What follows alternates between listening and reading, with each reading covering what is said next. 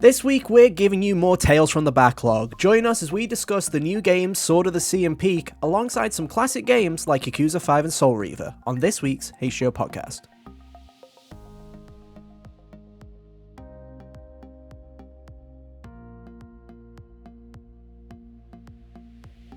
Hey, how's it going, everybody? Welcome back to another episode of the HGO Podcast. One of your hosts today, Ethan. Joining me, as always, is my good friend Hunter. Hey, Hunter, how you doing? Oh, I'm doing just swell. Are you all pilled up, Hunter? Are you waiting the second coming? Hollow Knight Silksong is finally real. It's finally here. We can finally live our lives and move on to the second stage of our existence, post Silksong world, ladies and gentlemen. We're about to live in it.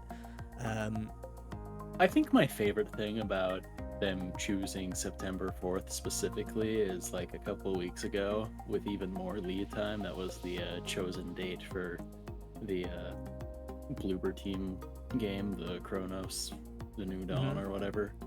I was like, nah, I don't feel like it that soon.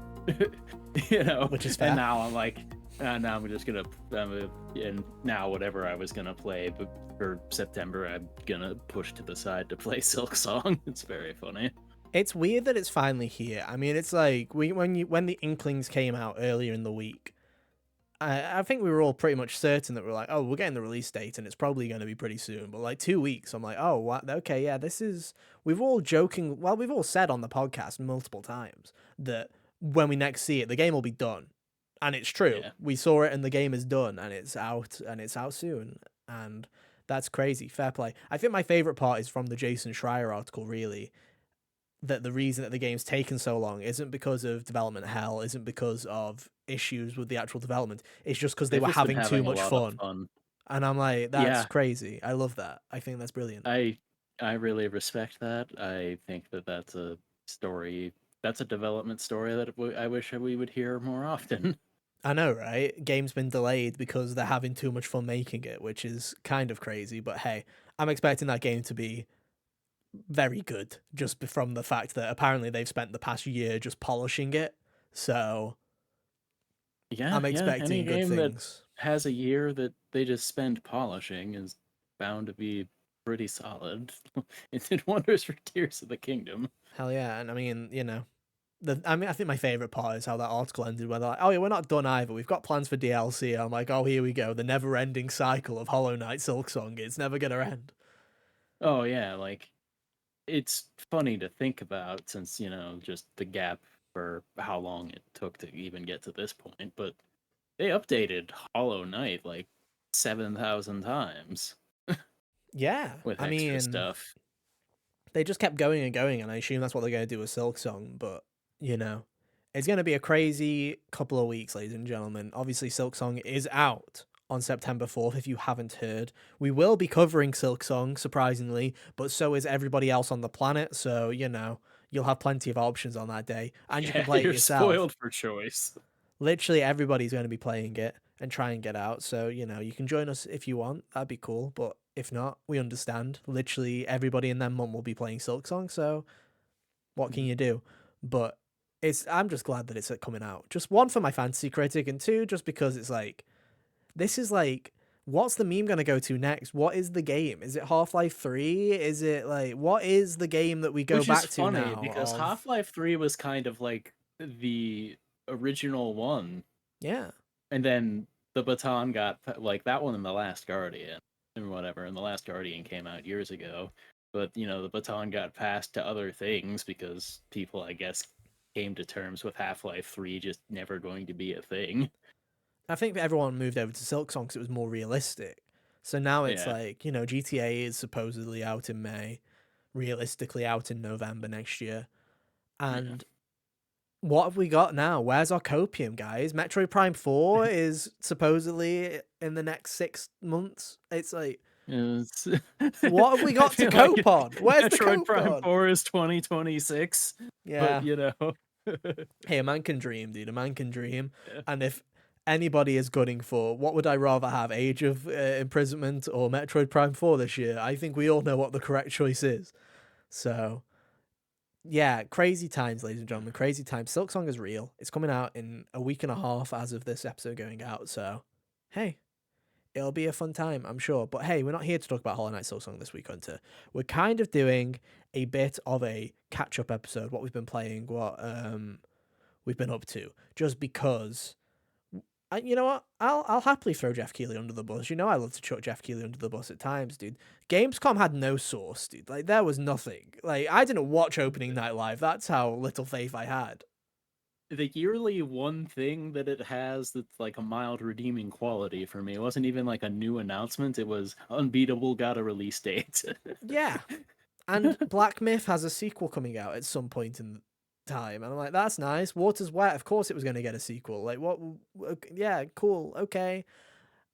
It was just I don't know what it is about Gamescom. Gamescom just usually doesn't have the vibes, but there's something about this year where it's like Silksong. I don't even like.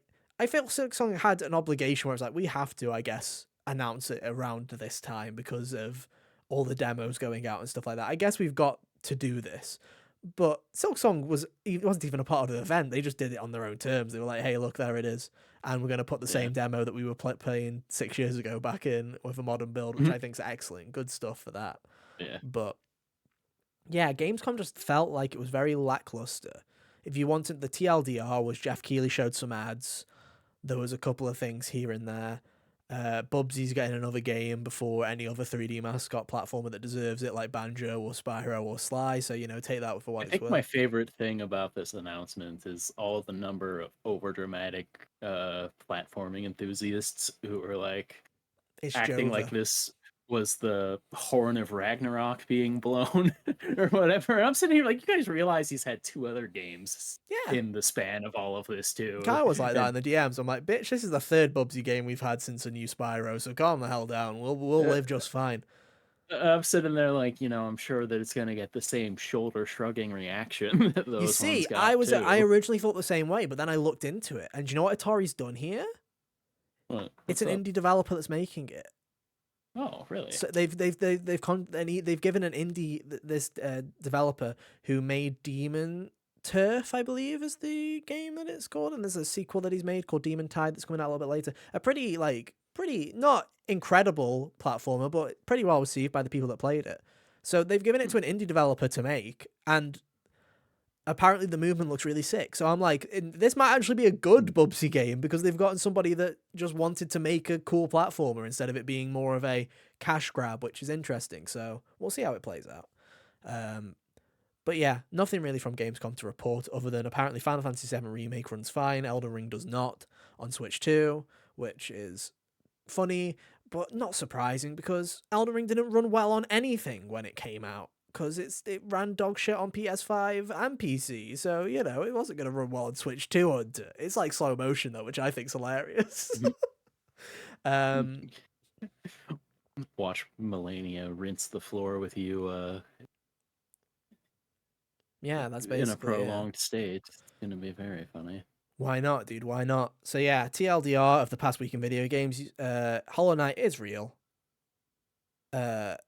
Germany does not know how to put on a good games event. Am I right, ladies and gentlemen? No. I hate it because Gamescom's great. The actual event is great. It's just everything around it's awful. If you're actually there and in person for the real event, it's like the best one in the world. Yeah, it's brilliant because it's where every hands-on it happens. It's fantastic. Like Gamescom had a better output for trailers and stuff back when they weren't making it a point to always do that. Like I remember just every couple of years, every once in a while, you'd get like a Gamescom trailer for a game that was anticipated or something like. Well, it's because back in the day, dude, Sony had a Gamescom show and Nintendo had everyone had a Gamescom show. So that's why the Gamescom shows died. People forget Ghost of Tsushima, I believe, was announced at a Gamescom show. It was like there was one of them. I can't remember if it was I think it was Ghost, but one of them was like properly showcased for either it was announced or it was showcased for the first time in a Gamescom show, which is like you'd never get that these days. I remember. I think the first proper trailer for what would be the Phantom Pain. Eventually, it was the Ground Zeroes part of it back in it would have been like 2012 at the time. I think would have been a Gamescom trailer. But yeah, I don't know. It's almost like Keeley taking over this stuff is a mirror to the, almost like a metaphor that mirrors the consolidation of the video games industry. Who would have guessed? Like everything was better when everyone was just doing their own thing. Yeah, and everything wasn't hosted by Jeff. Yeah, it's a weird one, right? It's a weird one, but hey, Kirby looks great. I'm a Kirby Air Ride believer now, guys. I'm a Kirby Air Riders believer. It looked like fun, dude. Like that kind of looked like fun, but also I am sitting there and I'm going, is it £65 worth of fun, Hunter? Is it £65 worth of fun, or is this going to be like Mario Kart World, where I play it for about 20 hours and then go, ooh, this game isn't actually that great, so I'm hoping. Who knows? We'll find out, I guess. And then 2 weeks after you've played it, Nintendo modifies it to make it less fun. Yeah. They remove the voting and it's just random the entire time. Yeah. But hey, there you go, ladies and gentlemen. There's our TLDRs on Gamescom, Silksong, and all that jazz. Yeah, as for actual games that we've been playing this week, we've both played Sword of the Sea.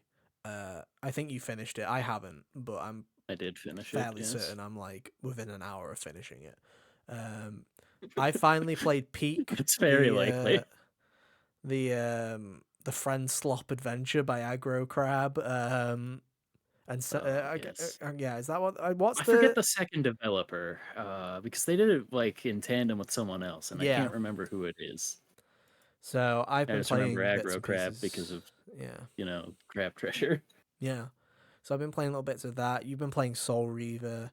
I've been playing Yakuza 5. We've got stuff that we can talk about. So this is going to be a bit more of a chill episode, just hanging out, talking about some games that we've been playing. So if you're into that, come on in. More tales from the backlog, essentially. So you love to see it. Yeah. But hey, bit of housekeeping if you haven't already. Hunter's review of AI, The Somnium Files, No Sleep for Kaname Date, a prequel to the award-winning franchise of I don't know what that stupid name. It's out now on the website and at youtube.com/gamers so you can check that out. And obviously, I had a fun time typing out the full like legally accurate name in the website because I was sitting there going, trying to. now I know he doesn't really think that this is gonna fit, but I should put the whole thing here for you to modify as you desire. No, I left it there, and it probably is awful on mobile. I haven't even checked if it's okay on mobile. It's probably absolutely horrendous. Oh my god. It's there, and obviously as we get further into the year, we've got a lot of stuff coming out. Like we say, we have got Metal Gear Solid Delta next week. We have got Hollow Knight Silksong in just a couple of weeks. We have got so many games coming soon. So hey, if you're into new games, come on down. We probably won't play any of them, but we'll play a couple of them. Why not? It should be good. It should be fine. It kind of fits. It somewhat fits. It does enough good. It does a good enough job. It's fine. Don't worry about it. But hey, there you go, ladies and gentlemen. There you go. Anyway, we don't really have a topic of the show, but I guess if there was a topic of the show, it would be Sword of the Sea, as we both played it. Hunter, how much time did you put into Sword of the Sea? I think it gives you your timer at the end when you beat it after the credits or whatever. I think I clocked 2.5 hours. Okay, and I'm about I think I'm also about 2.5 hours in, but I've been going for every collectible, so I've been roaming around at the speed of sound in every level before I move on. So nice. I'm taking it a bit of a slower pace than you. But it's not a short game. It's a short game anyway. It's about 3 to 4 hours, depending on how quickly you go about it. If you didn't know, this is the latest game by the people that did.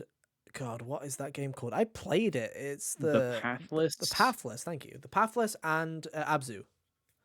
Yeah, the Pathless and Abzu, which included personnel from the team Journey back in the day. Giant Squid, the developer's Giant Squid. Yeah. But if you have ever played one of those award-winning games like Journey or Flower or Abzu or The Pathless, you know what you're in for with these kinds of games. They they very much make these games to their MO, and You know, it's exactly what you expect it to be. It's a explorative platformer where there is no voice acting and an incredible soundtrack by Austin Wintory, which again, it meets all of those criteria here, really, which this game kind of feels.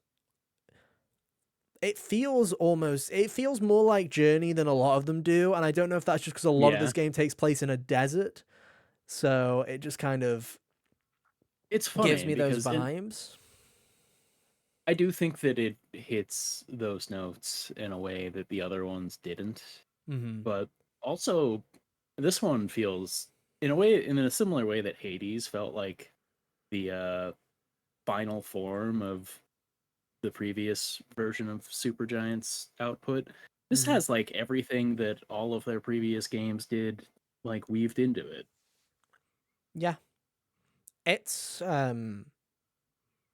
it's an interesting one. So yeah, Sword of the Sea is essentially it's an explorative platformer where you are playing as uh this this statue, this kind of this being that has a sword that you surf on, and your goal is to essentially bring water back to the wasteland. Essentially, it's just like you're walking around the desert, you're getting water, you're bringing life back to wherever you are. Really, there's bits of Yeah. lore you can read, these little monoliths in the sand and pick up little bits and pieces of information, but mainly it's just about surfing and doing combos. It's chill Tony Hawk, essentially. It is just, Yeah, just vibe spaced Tony Hawk. yeah, I like it quite a bit. I think that it's interesting because it's like, I've played most of these. I've not played Abzu, but I have played Hmm. The Pathless. I have played Journey. I have played Flower. I have played basically everything that this team has made, bar Abzu. And I'm like, this is good. These games are good because they're like 3 hours and it's a vibe, and then you can put it down and go, that was pretty great.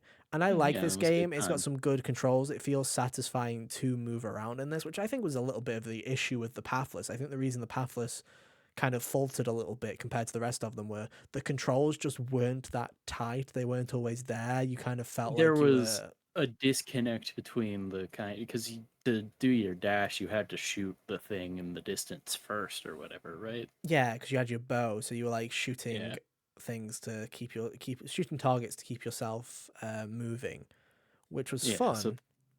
it But was cool, but it felt like there was a disconnect sometimes between what you were trying to do and what it was actually like wanting you to do to achieve that.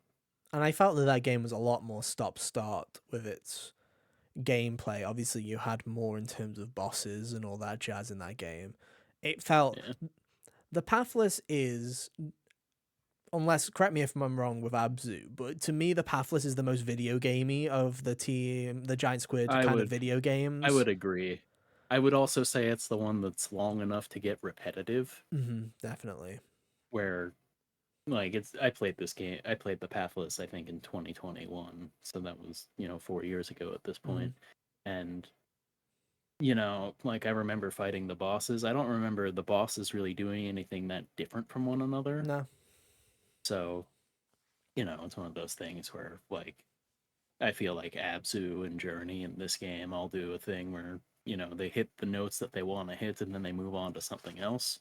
Whereas the bosses and the Pathless were kind of circling the same drain. Yeah. I think it's the same with just the level design because again, I think most of the areas in the Pathless felt very similar and samey. It was more of, again, it was mastering the craft of getting used to those gameplay mechanics in the way that you do have to kind of shoot and maneuver yourself. Whereas this game, I think its level design just intrinsically is a lot better just because of the simplicity of the movement and the simplicity of the gameplay loop of, hey, you're on this sword the entire time. You don't have to hold a button to move. You just push the stick in the way you want to go. You can jump and you can combo and you can do these more complex maneuvers. But you really don't have to do any of that. It's really a two-button game with the analog stick. You can just beat everything with the jump button and the square button to interact, and that's all you really Yeah. need. That's all And you have to do. The rest of it's just there for, pizzazz.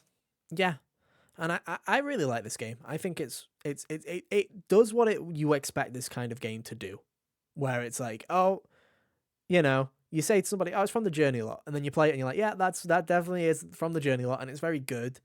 Um, I still sit here and I think it is from a gameplay perspective. I think it is by far their best. Again, Yeah, I would haven't touched say as far as Abzu, so I need to get I to it. would I should just say play as far Abzu. as mechanically, it is probably their best one because it's got enough going on to where it is more than just jumping around and, doing the chirping back and forth the way that Yeah, how simple Journey was, but it still hits the same kind of artistic notes all the same in a way it that's impressive. does. It does. Um, I feel like we are sitting in that kind of in the similar way that we have these discussions of those Life is Strange Telltale game kind of I feel like we've reached that peak now where it's like, okay, that's what these games are and that's what this game is, where it's like I'm still sitting here and I'm going, Journey, when you play Journey, there's kind of, if you play Journey when it came out or you play Journey without knowing anything about Journey other than people like Journey, there was kind of this experience with it where I was like, oh, okay, video games are art, and I'm like, that's Mhm. pretty crazy. I had a whereas this game, you go into it already going, okay, it's the Journey lot. What have we got? And I'm like, oh, some really sick, nice control, like surfing controls where you can do tricks, and there's these little arcadey kind of arenas that you can go into that are side areas where you can go for high scores, which are way too easy to do. Like I know Dude. this, game's meant to be a chill game, but bro, when the goal is 10,000 and I'm sitting there with like 350k, I'm just sitting there like, bro, hello, where's the challenge? Hello. Um, but I Yeah. do sit there from a story point of view and from an artistic point of view. I'm like, wow, this game's really pretty and it controls really nice. From the lore and where the game, it's not moving me in the same way that Journey did, and I don't think any of these games ever will do that again. I don't know if it's just kind of a one and done kind of situation with that kind of thing, but I think there's something to be said about how Journey is very singular in the way that, when it came out, games weren't really doing its thing yet. yeah, Whereas even separate from, Giant Squid and whatever that game company might be doing these days, mm-hmm. you'll get plenty of indie games that try to go for the audio visual experiential vibes based game Yeah. that only takes a couple hours and of varying degrees of effectiveness and whatnot, whereas Journey was kind of, it still felt like a very unique experience in that way back in the day. And I mean, I think a lot of that game company's stuff did as well. Like Flower is just like a very, very weird game that I think is like, there's nothing else quite like Flower. Where Yeah. and going from Flower to Journey and then going, okay, that's completely different as well. And now it's like it feels like they've kind of stepped into this place where they're like, okay, this is what we do and we do it well. I'm like, yeah, you do it well. And I think Sword of the Sea is fantastic. It's great. But also, I'm like, hasn't surprised me, hasn't done anything that I'd expect it to do differently from a narrative point of view or from a kind of gameplay point of view. It's just there, which I think is perfectly fine. I've got no Yeah, I think qualms that's with it. fine. I think the lore they built around the world is cool. Like the, gods that refuse to move on and the Mhm. kind of metaphor for, you know, the natural cycle and all that. I feel like it's like there's also the approach to take where it's like, if this was the first one if this is the first one of these kind of games that you play, this one would probably still hit you as hard as, the previous ones would. Yeah, I don't know. I think the game's fantastic, and obviously it's on PS Extra. So if you do have that subscription, go and play it. You've got nothing to lose. Do yourself a favor, because if you're like me and you pay for PS Extra and you play like 3 games a year, like just get your game in. You know what I mean? Like get your money in it while you can. That's me with Silksong in like 2 weeks' time, where I'm like, well, I wasn't gonna buy it, but I've got a Game Pass, so make my money's worth. Get in. Yeah.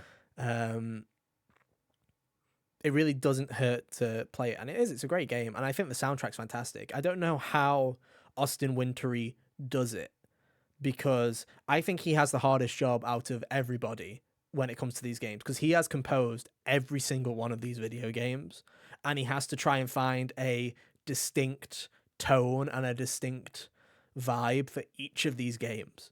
And he somehow does it every time so effortlessly, and I know it wasn't effortless at all. I know it probably takes a lot for him to go, how do I reinvent the wheel on something like this over and over and over again? But he still manages to do it, and he does such a wonderful job. I think this soundtrack is great. There are moments where you are just, again, it's effortless. It just blends into the gameplay so well that you're not even thinking about it. It just kind of becomes a zen state where you are just surfing along these dunes and just rolling with it. And it's kind of, that's where the magic of this game really is, I think. Yeah, it's really good. Also, like, the effect of the water coming back to the desert doesn't get old. I think that's a very cool visual every time you get it. Yeah. It is.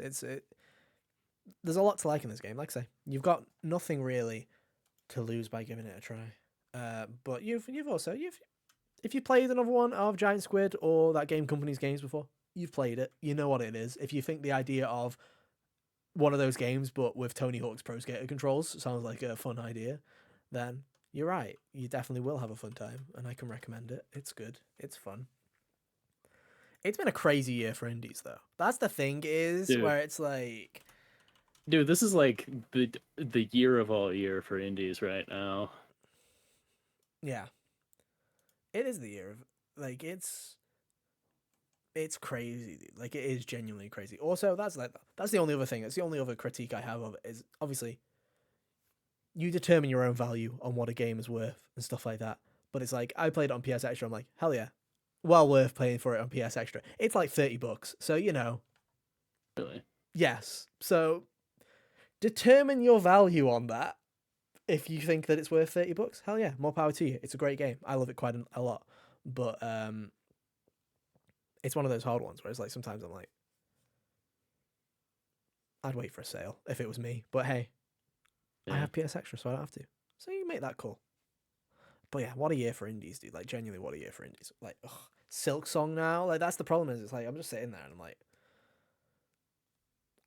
Blueprints is one of my favorite games of this year. It's one of my favorite games from like the past 5 years. I'm surprised how much I fell in love with Blueprints. And now I'm sitting there, I'm like, fucking Silksong. I swear. It'll be fantastic. I hope it's the greatest game ever made. I really do. But also, if it is just like, you know, if it comes down to Silksong versus Blueprints, I really hope that the reason that Silksong wins is because it's phenomenal and not just because people have been waiting 7 lifetimes for Silksong. You know what I mean? Because I'm like, Blueprints is such a freaking great game that I'm going to sit there. You don't have to worry because there's still the debut indie title, which Blueprints with just Silksong can't get. Yeah. Yeah, true. Yeah, but the only other way this could be a better year for indies is if Hades actually hit 1.0, and then it will. It's going to hit 1.0. It will. I believe, Hunter. It is coming. Don't you worry. They were waiting for Silksong. They're ready now. It's all they good. were waiting for Silksong so that they had a worthy opponent. Yeah, oh, man.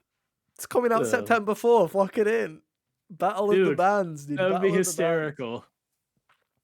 What I think's hilarious is I think they could do that, and I think it'd go well for both of them. I genuinely think people would just go, "Oh, greatest game day of all time, dude! Hell yeah, 2 cakes. We will take both." I would buy Silksong on the day and then make it sit there in the corner until I was done with Hades. That's the spirit, Hunter. That's the spirit. So yeah, hey, try Sword of the Sea if you're feeling up to it. Another recent game that we're getting off the backlog because a friend invited me to start playing it, so I've dabbled with it. I played about 6 hours of it so far. Is this little indie game called Peak, which I knew of before it came out because we reviewed Another Crab's Treasure on the channel. Aggro Crab is in my brain consciousness because Hunter's wanting me to play it at some point before the end of the year as punishment for not winning the Fantasy League. I'll get to it. But obviously Peak came out. I was like, oh, I remember saying this to you. I'm like, oh, they've got a game coming out of nowhere. And we were both like, oh, that's nifty. That's cool. I don't expect anything from it, but that's cool that they've just released this random game out of nowhere. And then it turned out to Dude, be this like the game biggest popped game of the off. summer, dude. Like, genuinely. Yeah, I think this game good has for that. outsold Another Crab's Treasure by like 5 or 6 times at this point, which is mental. But it's there, Yeah, it's here. It's another one of those games where people are dubbing it, and I don't necessarily like the term friend slop, which is if you're not in the loop on what the Zoomers are calling friend slop, it is essentially these games. It's like Rigo and what's the other one? I can't remember. Lethal Company, where it's a co-op game where random shit happens and the controls are a bit weird, and proximity chat and random stuff happens and you kind of just have to deal with it, and it's games for playing with your mates, right? Where it's like mates that aren't really these days Among Us would come under that yeah. I was terminology, gonna right? say this just sounds like Among Us or Phasmophobia or any of Yeah. those kind of games, right? Yeah. Like So people, yeah, and I don't necessarily like it because there are some where I'm looking at it's a dumb term. it puts a lot of, I think it puts like it's almost degrading in a way where it's like using the word slop makes it seem as if it's Yeah, a shitty game where it's just not. call it a co-op game. Yeah, I know, right? But anyway, that's what the kids are calling it. So yeah, Peak is a 4-player co-op game where there's a randomly generated mountain that you have to climb to the top of, uh, and it's split into 4 biomes, and you have to work together to climb up the mountain and face the obstacles that are in your way. And Didn't a game like this come out last year that popped off during the summer too? I don't know, It maybe. was like Only Up or something. Oh no, Only Up. That's one of those foddying games, like Get to Oh, Work and Jump King and stuff like that. That's like the painful oh, okay. controls game about climbing. What's it? Yeah, I know what you're on about. I know what game you're on about, and it's not the same. It's like it's Okay. a foddying game, but yeah. So Peak, you got to climb to this mountain, and it's quite. I think the charm in it is you're playing these chubby little weirdos that are like the little scouts that you're going on this expedition, and you're completely proximity chat. So if you walk away from people, they start echoing, and you can't hear them anymore. There's a beauty. I think games don't use proximity chat enough. I think proximity chat is one of the greatest gaming inventions for multiplayer that has ever come about, because there's something unbelievably funny about proximity chat, because it will never get old. There's the beauty of Peak is watching your friend fall off a cliff screaming and hearing their voice go quieter and quieter, and then you screaming down, "Are you alive?" And you get nothing back, and you're like, "Oh shit, they're uh, dead." Like, there's nothing better. Like, that is genuinely the greatest that is sensation in video hysterical. games. Is It's one of those things that I wish that had been around. Like I wish that I had still been playing Among Us with friends by the time that had been like fully integrated into like that the mods and because stuff like that. Yeah, proximity chat and yeah, stuff, because because it by the adds time to that it. by the time that I had stopped, that wasn't a thing yet, and like Yeah.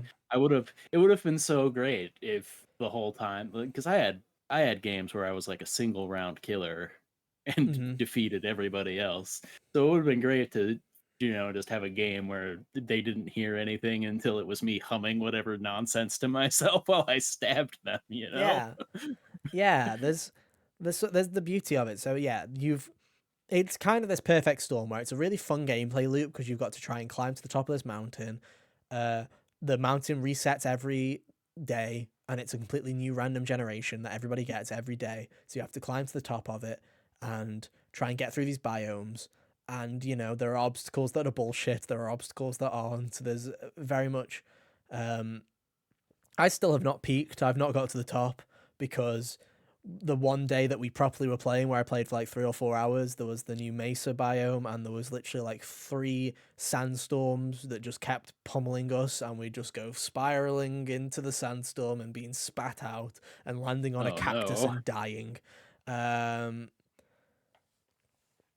but it just is really good fun. Like I say, there's something about proximity chat in video games which is just instantly hilarious. Like, just as a co-op mode experience, is just instantly makes it better. Yeah. because it is funny watching your friends fall off a cliff screaming to their death and then just hearing them get quieter and quieter. And the game just does such a great job of giving you stupid tools, you know? It's got those ragdoll physics. It has got, you can throw a coconut at a friend and the friend will fall over. You can do stupid shit where someone's climbing and you can throw something off at them and it'll knock them off the thing and they fall to their death. You The know, it's, classic. you can eat your friends if you get too hungry. You can do what, like, you know, it has these perfect gameplay systems where you can just muck about and you can find things, you know. One of my friends, you know, I was playing with a friend, um, and I got super far ahead, and my friend didn't tell me that there would be repercussions. And what I found out later was if you go too far ahead, if you go and walk alone and you leave your team behind, then this kind of the scoutmaster, who is like this really creepy, like lanky, like little horror character, will chase you down and kick you off the mountain if you leave your friends behind. So I got jump scared by this horror fucking demon that started chasing me through the fucking mountains and then chucked me off the cliff, and I was like, oh god, what is this? There's Oh, that's just, amazing. there's so many little things about this game. I just think it's a perfect storm where I'm like, yeah, this game's great. This game is really fun. If you can get a group of friends together, I think that you're onto a winner here, right? I think that it just is a really fun time, and it's super cheap. Like, it was on sale for like $5 when the new update came out. It's usually only like $8 or something like that. It's just that perfect storm of a game where it's like, if you've got a couple of friends and you want to have a good time, you really can't go wrong with it. Like, it just kind of is a people pleaser, you know. You've just got, it's that perfect blend of what makes a good co-op game and just Yeah. random elements that you can't, like, you know, mushrooms and berries all over the place, and you're like, oh, is this one poisonous? Yep, oops. Like, oh no. And it's just like, just random funny stuff can happen. It's just a little sandbox and it's really fun. And props to the team, because I think they've done a really good job. Not only did they make this in such a super short period of time, they made it in like 2 or 3 months. Yeah, it was something crazy. Landfall is the other developer, by the way. I went and Yeah, checked. because it's Land Crab or something. They've mixed their names together for the development team, I believe. But Oh, that's funny. yeah, I just think it's great. I think it's one of those indie success stories where you're just like, good for them. That's brilliant. It's such a good idea, and hopefully they keep adding to it and keep tweaking with it, and just keep having fun with it. Really, because it's just a good laugh. It's a good laugh. I happily recommend it. It's a very fun time if you're into it. Hopefully it comes to consoles and stuff like that. I assume it will come to consoles eventually. Yeah, I suspect it would have to at some point. I feel like it'd be silly not to. And you know, even with like stuff like the Switch 2, if it came to the Switch 2, there's a mic built into the console, so you don't even have to worry about stuff like that. There's like Yeah, DualSense, there's a mic in the DualSense. yeah. You really don't even have to worry about people having to plug in a mic or anything like that. Um, it's a lot of fun. I can highly recommend it. Just don't throw coconuts at your friends and hurtle them towards oblivion, or do. It's very funny if you do. Oh, do. Yeah, there you go. Anyway, I think one of the highlights for me of that game is there's something about the idea of doing proximity chat. You end up just screaming, like you end up acting like you're there. Like if somebody's down at the bottom of the mountain and you're trying to talk to them, you end up start going, oh, you're Yeah. down. Like you actually start screaming into the We mic should like you're keep like our that. voices down. Yeah, We'll like start an that. avalanche. Yeah. Basically, it is exactly like that, where you're speaking like, and you're like, wait, it's a microphone. If they pick it up, they pick it up, but you just get into character straight away. Like I Yeah, think there's something it's fun very about that. funny. Dude, there's something funny about the way that video games get you to buy into the kayfabe of that all the time. I can't tell you how many times I punched through the world in Donkey Kong to my, and it went plummeting to my doom, only to go while I fell down. Yeah, Like, totally. there's something about Donkey Kong made me do that more often than I do usually. Yeah, but it's good stuff. It's good stuff. Anyway, enough of that. Enough of those newfangled video games. Let's play some old Yeah. school random crap. Hunter, you've been playing Soul Reaver. Yeah. So Soul Reaver is one of those games that I've heard about for like ever. Like it's just always been one of those ones that I see brought up periodically. I'd be seeing the main character Raziel in artworks and stuff all the time. Just and it was one of it's understandably so. I never really knew how to get into the series because these games are weird about the way that the structure of the series is because Soul Reaver itself is part of the larger Legacy of Kain series. Yeah. And yeah. So Which in technically of speaking, itself is Soul one of Reaver. those. It's one of those Shin Megami Tensei fuckers where it's like 6 bajillion spin-offs where you're sitting there and you're like, oh god, which timeline am I in? Like you genuinely like you have to sit there. There's a flow chart where it's like, okay, so yeah, like that one is a spin-off of that, and that goes there, and it's just like they don't make it easy. They don't make Yeah, it easy. they don't make it easy. So like Soul Reaver 1 here is technically like the second game in the series or Yeah. something silly there, but it's been fun because playing it has been enjoyable because it's basically like it's just like a 3D action platformer kind of thing, I guess Yeah. would be the best way to say it. But it's totally one of those games that like tone and like concept wise, if I had played this when I was younger, I would have been all over this thing because it's about Raziel is this vampire dude who basically is Master Kain got jealous that Raziel grew wings before him or Mhm. something goofy like that, and then he tossed him into this lake of death Yeah. where he sat there and rotted for ever until eventually he came back as like a wraith was the general gist of the intro. And it's one of those ones where the first game was a PS1 game, so I'm sitting there going, wow, this is more story than is usually allocated to this kind of thing back then. Yeah. So that was one of my first observations, and then the other one is yeah, it's just tone wise very cool, all the gothic creepiness going on with the vampires and stuff. The way the game plays is fun too because you're fighting vampires, you do have like specific kill conditions for things where your your unarmed regular attack is just he kind of swipes at the guys with his claws, and that just kind of stuns them. You have to either impale them with a stake, which would be if you had like a weapon or something, you'd like press triangle and you'd go for like this kill shot Mhm. essentially. Or you can, if you're unarmed, you can like throw them into fire or something that will burn them, or into water if that's around too. That'll make them die. As far as that's concerned, you eventually do get a you know standard weapon about a quarter of the way into the game, I would say, for Mhm. you to play around with the titular Soul Reaver, as it were, where it's like this cool energy blade kind of thing. One of the mechanics that goes along with it, or goes along with how you're existing, is Raziel's like bouncing back and forth between the physical world and like the spirit world. And while you're in the physical world, your health bar kind of ticks down if you're not like absorbing souls or anything.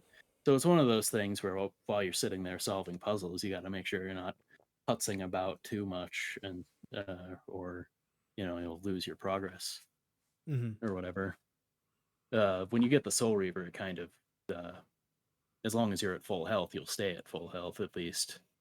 So that's a good way to mitigate it, to make sure that that doesn't get old too often. Uh, it's been an interesting one because it's kind of got because it's so old. It's got like the gameplay philosophies that is missing from these games these days, where it'll just kind of let you. I never felt lost, but But there's been a lot of times where I didn't quite know where I was going. Yeah. Where you're just kind of like moving around, going, well, I haven't been here yet. Let's go see what I can do here. And you kind of just things will fall into place organically in a way where you're not being, led around by the wrist Mhm. so much. And I do appreciate that because it really has been a case of I don't really know what I'm doing yet, or I don't really know what I'm doing for this area right now, but I feel like I'm doing something. So I've never felt like I've like hit a brick wall or anything like that. I've been really liking it so far. I'm glad I finally have the chance to play this game. Hell yeah. Yeah, it's one of those weird ones where it's like Soul Reaver is a game that I never heard of until like probably a couple of years ago when people were like, "Oh, this game needs to be remastered," blah blah blah blah. And then a lot of people are passionate about it, and then obviously the remaster did happen, and people seem to be loving it. So yeah, it's fair play. Yeah, it looks like a U game. That's what I'm like. Yeah, it looks like a Yeah. U game. That's There you go. it was within an hour. I was like, yeah, this would have been my jam in my younger days. And like even now, I still have a lot of appreciation for it as I'm playing it here. It's just one of those things where it'd be like, you know, it'd be like one of those like next to Castlevania kind of Yeah, things yeah, for me if I had played it when I was younger. totally, totally. But hey, it's like everywhere now, right? Because like I think that remaster literally was all over the shop, right? Yeah, yeah, it's on PlayStation, I believe on Xbox and PC as well. I think maybe it's not on Switch yet. I'm not sure though. No, I Don't think it worry, I'll was. have a look. I think it was because I remember trying to go to that It is page when everywhere, mate. yeah. Everywhere. So there you go. Oh, Aspire did it. Which, if you Yeah, didn't yeah, know, I've Spire. been doing a lot The of stuff recently. They've the ones that've been doing the Tomb Raider remasters, and I think they were responsible for the Knights of the Old Republic remaster as well. And they've been doing a lot of the Star Wars remasters, are yeah, all by them. So hey, fair play. they're a good team for that kind of thing. It seems. Yeah, they seem to be pretty good at it. So there you go. Uh, and then let's wrap it off with Yakuza 5. Wow, what to say about Yakuza 5? I think it's very important that we start this conversation off by saying what's my history of Yakuza. So, I started playing Yakuza in 2021. I played Yakuza 0 because that's the one that everybody seemed to recommend that you play. And I loved it. I think Yakuza 0 is fantastic. I think it's like one of the best games of the PS4 generation. I think it's fabulous. I am waiting with bated breath for the director's cut to come out on literally anything that isn't a game keycard so that I can enjoy it. But yeah, I love it. It's that if you're new around here, I'm a big sucker for the 80s in terms of a setting. I always enjoy the 80s, and you know, 80s Tokyo is just like that's a match made in heaven for me. Where I'm like, oh, that's a great little setting, right in the middle of the big tech boom for Japan. Like that's like it's just a great little era, and it's a great little period piece. And I love Yakuza 0 to death, and I think it's fantastic. And I kind of put off playing the rest of the franchise because I was like, oh, the rest of them are set in like the 2000s. Who cares about the 2000s? Like I don't care about the Yeah. 2000s. No one cares about the During the big, 2000s. the burst of the bubble in Japan and all that jazz. I'm like, I don't care about that too much. But I was like, yeah. So I didn't play him till like 2020. Was it 2022 or 2023? I don't remember. I think it was 2023. Yeah, I think Yeah, that was about the gap there.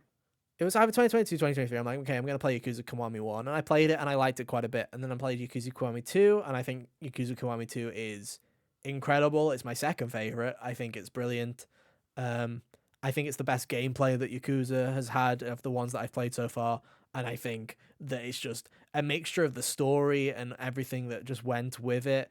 The fucking Club Cabaret minigame is like it's like crack, dude. It's like one of the best video game minigames. The fact that they only have put it in 2 of the games, absolutely tragic. More. I need more of that. That's like the best minigame I've ever played in my life. I was like, this is the dumbest minigame I've ever played in my life. And then I played it for like 12 hours and I was like, fantastic minigame. It just works. It's addictive. I love it. So I love Yakuza 2.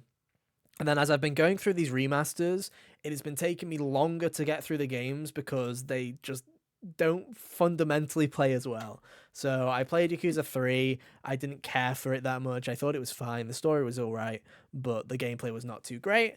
I played Yakuza 4 and I liked that one a little bit more than I liked Yakuza 3. I liked the 4 characters for the most part, and I think the story was interesting. And then I've been putting off Yakuza 5 for about a year because Yakuza 5 is infamously known for being extremely long. And For many people, it is the worst game in the series.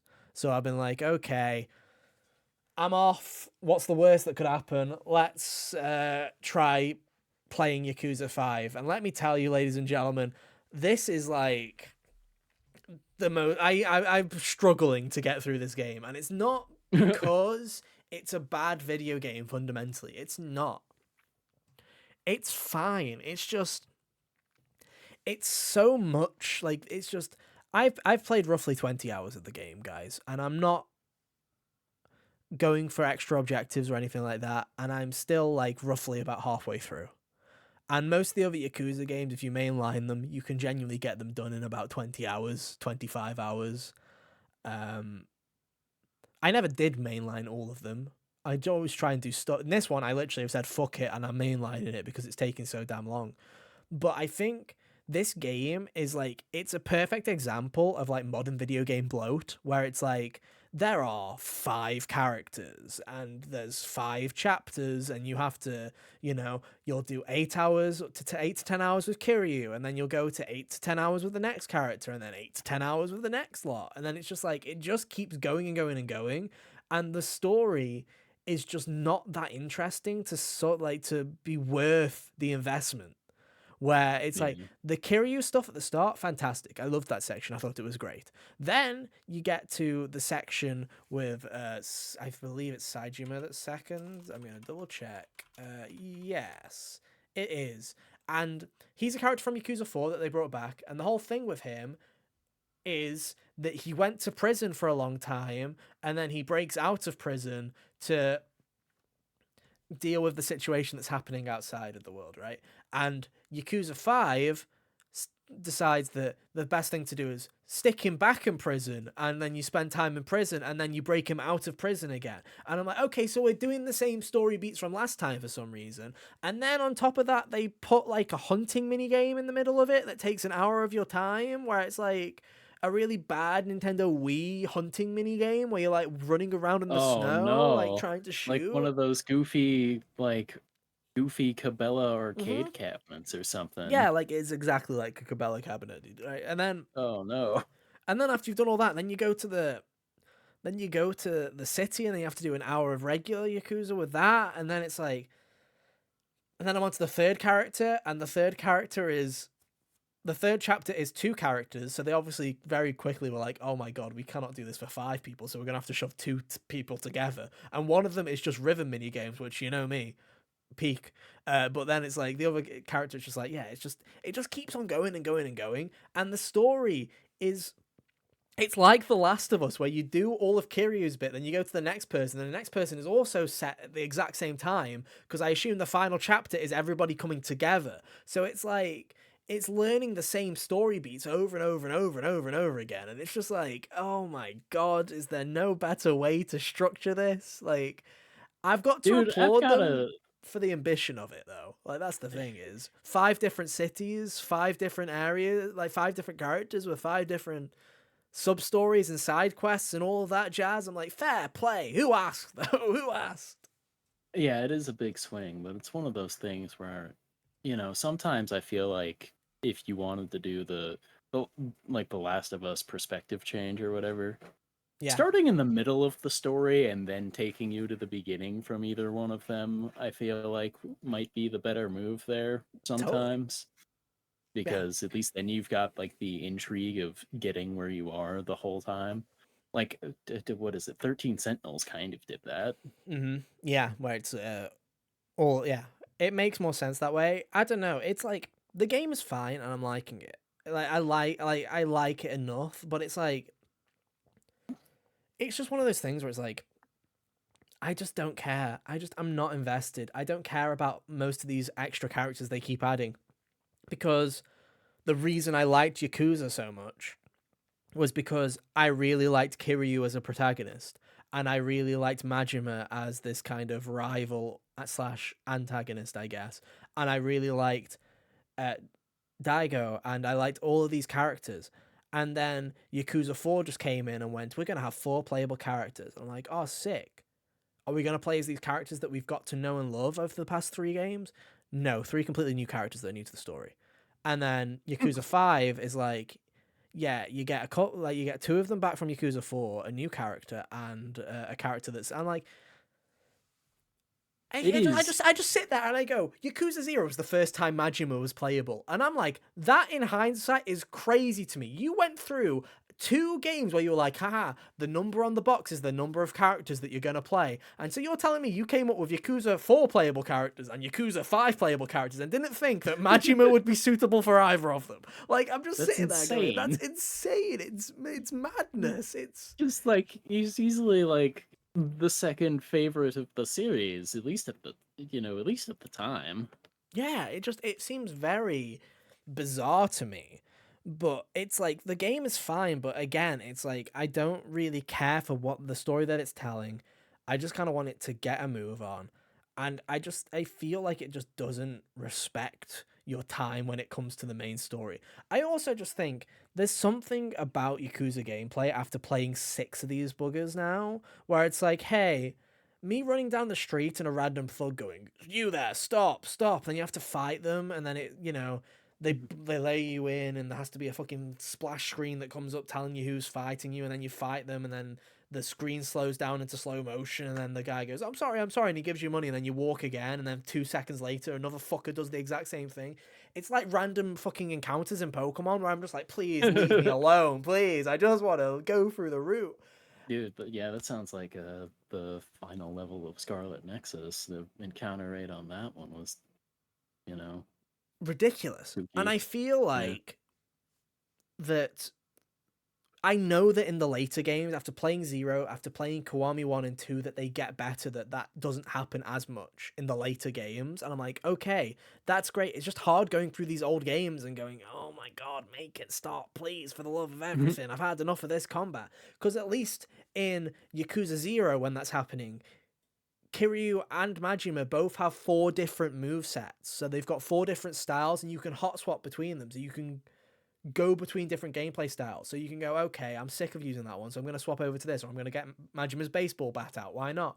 There was like variety there. Whereas in this game, it's 5 different playable characters who have 5 move sets, technically, because one of them's just exclusively with rhythm games. But, um, 4 different playable gameplay styles. Oh, but everyone's stuck in their own gameplay loop. So you're going to use one style for the first 10 hours, then another style for the next 10 hours, and it just keeps going and going, and it's just like, I just wish the variety was there, that it wasn't just you play as this character and then next eternity you might play as another one that's worse, and then you're like, oh. Yeah. Like, I feel like it's interesting because the 4th one I think was annoying because you buy these games and you're like, I want to play as Kiryu. And Yakuza Yeah. 4 does the thing where you play as all the 3 other characters first, and then you finish with Kiryu. So the game makes you play a whole game without playing Kiryu, essentially. Like, that sucks. This game does the opposite, where you play as Kiryu first, but then now you've got to wait 20-odd hours till you get to play him again. So it's like, there's a part of me that thinks that's worse, because it's like, it Yeah, gives yeah. you the That's good time, and then it goes, nah, mate, to prison with it you. it's a hard balance to strike in a way that I've Mhm. only you only really see I've only ever really seen it done once in a way that like Mhm. really worked with like Devil May Cry 5. You don't play as Dante until like near the halfway point of the game. Yeah. But the other 2 characters were so good. Or well, Nero was really good and V was just like a good change of pace in my Yeah. opinion. Where, that it didn't really bother me because I knew that was coming, and then by the time you got to him, it really did feel like a reward because very mechanically rewarding character to play as. Mhm. Whereas, starting that way and then taking it away might have really been like a shot in the leg as far as you Yeah. know, taking away your toys to play with there. It's just it's an interesting one, and it's like, it's just one of those things where I'm just sitting there and I'm going, okay, yeah, this like, I've been playing this game now for about 2 weeks, and I said this to Sam, because I've been talking to Sam a little bit about it, and where it's like, I play the game for like, I'll play the game for 3 or 4 hours, and then I legitimately have to not play the game for 3 days.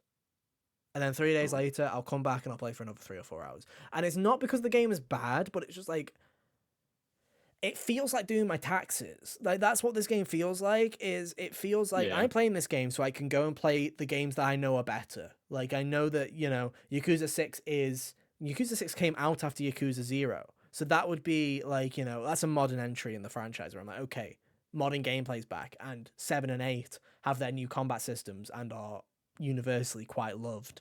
So it's like, it's getting back into modern games again. And it's just like, it feels like the final hurdle where at least 3 and 4 were like 15, 20 hours. I could get through them in 15, 20 hours. Whereas this one's like 20 hours in, no sign of stopping. And I'm like, oh, please end my suffering. Some even said to me, someone was like, you could skip it. And I'm like, no, it defeats the principle. I will play all of these. But all of them. It's going to take a little bit longer than I anticipated. I still think the game's fine. Like, it's not a bad video game, but it is definitely, so far anyway, at the halfway point, my least favorite Yakuza game, which is living up to the mantle, I guess. But, hey, it's interesting, man. It's interesting. We'll see if my thoughts and opinions change when we get to the end, but I don't know. I doubt it, man. I doubt it. We're going to come back here on Silksong Day, and you're going to be singing a whole different tune. And dude, my opinion still is, hey, you want a good time, play Yakuza 0. And if you really love Yakuza 0, then yeah, feel free to dabble with the rest of the franchise. But legitimately, like, Yakuza 0 should be on that list of games that you should play and see if you like.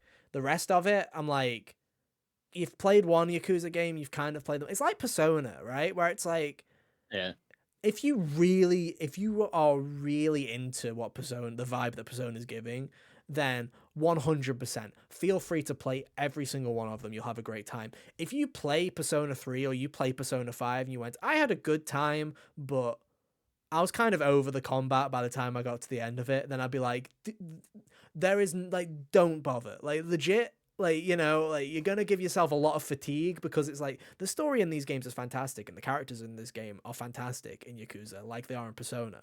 But if you do not like the bread and butter of what the game is, you're going to get to that point where you're just kind of beating yourself up, where it's like, I kind of don't care about the combat that much. And I feel like it'd be like a similar way to Assassin's Creed. Another great example. Yeah. Except Assassin's Creed peaked at like 2, whereas Yakuza has got that is over time. That is the mismatching of the metaphor here. But as far as, like, I fell off of Assassin's Creed once I stopped caring about, or once Ezio was gone, and thus I had no reason to care anymore. Yeah, and it's a completely valid thing. But no, I still think Yakuza 5 is fine. It's fine, but definitely not my favorite. But hey, Yakuza 6 is only like 20 hours long, so I'm looking forward to that. You know what I mean? Like, that's why I'm like, those are the numbers you like. Those are the numbers that we like, ladies and gentlemen. They're the numbers that we like. But hey, do you like Yakuza 5? Let me know. Is there anything that I can do to make my life easier in Yakuza 5? Let me know. Yeah. There you go, ladies and gentlemen. That's our show. Sorry it's a bit of a short one, but sometimes, Hunter, it has to be a little bit short, We can't always have 6-year episodes. As much as I'd like to. True. Next week, Metal Gear. And Lost Soul Aside. And Lost Soul Aside. We can't forget Lost Soul Aside. Everybody's most anticipated game, Hunter. You've got some homework to do, buddy. Good luck. Oh, it'll be easy enough. I think I plan on, because Metal Gear Solid comes out on like the Thursday. So I'll play that for like Thursday and Friday and be done, if not almost done with it. And I'll just play Lost Soul Aside for all of Saturday. Why not, dude? Why not? And yeah, we'll see what else the universe has in store for us there. I'm sure there'll be something that comes up at some point. We'll have something to talk about, I'm sure. But hey, thank you for hanging out with us, guys. It's been fun. We'll be back same time, same place next week for more. But hey, until then, have an awesome week. And yeah, we'll see you next time. Bye. Toodaloo.